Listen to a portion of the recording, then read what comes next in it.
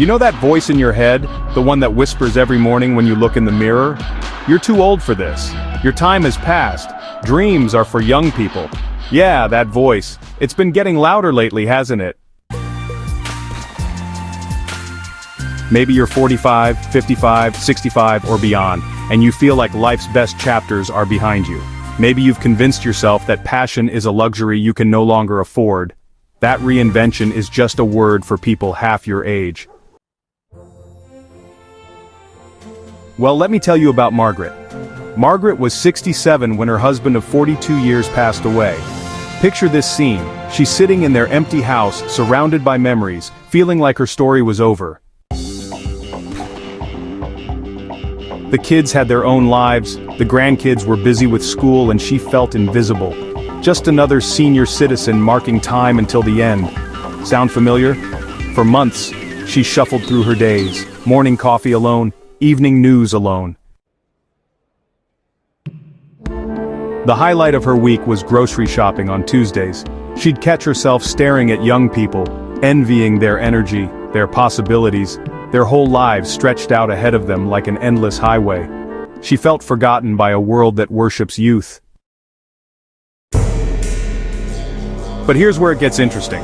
One random Thursday, Margaret was cleaning out her late husband's study when she found an old paintbrush tucked behind some books.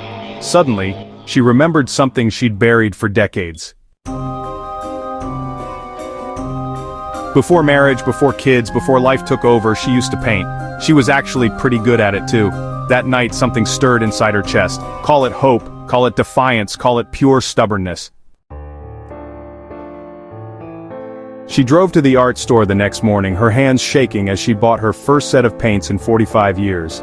The young cashier probably thought she was buying supplies for her grandkids. If only he knew. Margaret set up her easel in the sunroom where, the light was best. Her first painting was, terrible.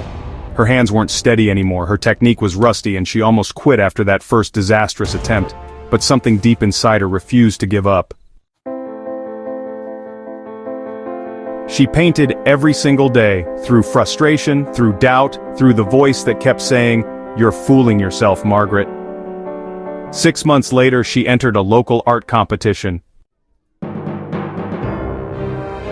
Not because she thought she'd win, but because she needed to prove something to herself. The day of the judging, she stood next to artists half her age, feeling every one of her 68 years. When they announced the winner of the Best New Artist category, Margaret almost didn't hear her own name. The judge later told her something that changed everything. He said, "Your paintings don't just show technique, they show life.